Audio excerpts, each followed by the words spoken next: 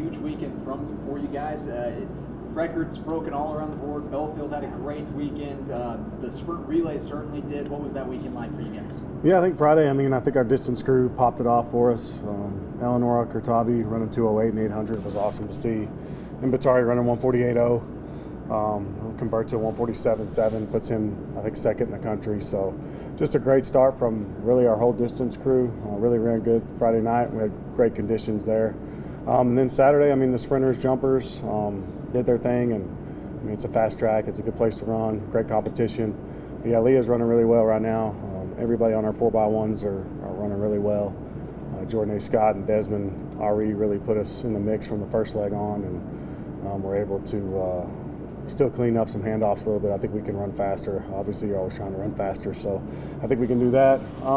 But jumps crew, Daniela Pesic, 6 meters for her is a huge PR. She jumped great Friday night. Coach Gibson's done a great job developing her. And then throws, I think we had a solid weekend. I think we can continue to get better in disc, and I think that we'll continue to see performances from our young guys getting better there.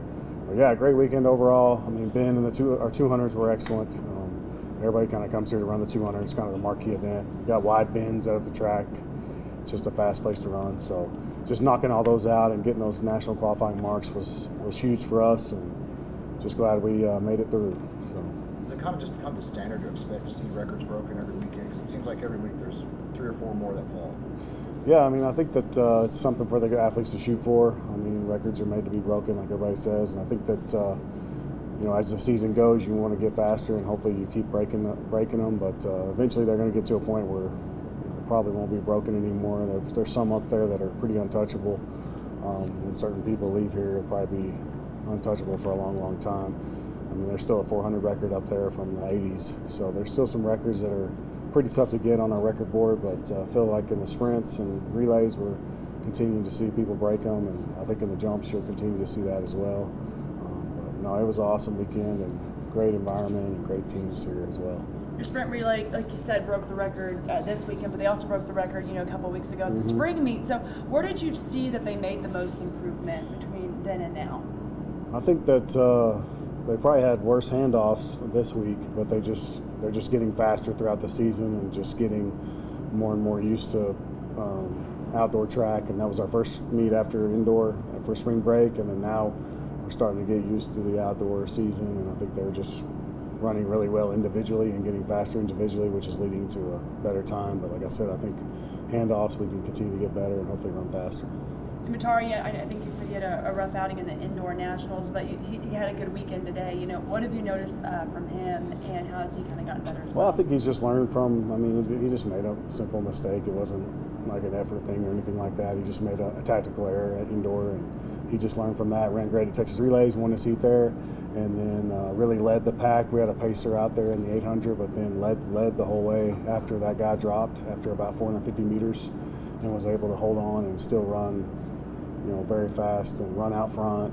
Usually he's a guy that likes to sit back and then use his kick and catch everybody. So to see him do that was good to see. You guys got a long road trip coming up this weekend and out to Azusa. How many runners you guys taking with you? What do you expect up there? They already left, so they have to run Wednesday and I think Thursday, Friday. So it'll be just 4 runners, distance crew only. It's a good place to run distance. Obviously you don't have altitude, you don't have wind. So really our national qualifying group will be there. Innocent in the 3K and 5K, and then Grace in the 3K steeple, and then Eleanor will be out there, and then also Harry, who ran good in the 10K at Texas Relays, will be out there. So just 4 athletes, and Coach Daniel's out there, and hopefully they're getting there. They should be flying there right now into California, and then they have to start pretty quick Wednesday, so it's kind of weird. So kind of a rough trip, takes a whole week out of your schedule there, but that's why we didn't send too many. So just 4 people, and we'll see how they do. I think they'll do well. Great conditions, great competition. They set up everything really well. That's why everybody goes out there. So what's everyone else working on this week?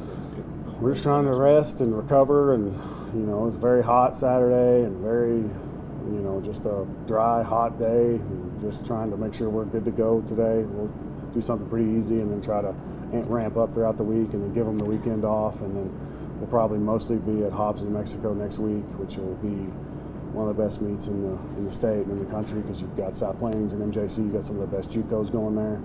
They've got a great facility. It's just like ours, except it's 9 lanes. So it's an exciting place to run there. They've got a good thing going there. So we're excited to go there next week.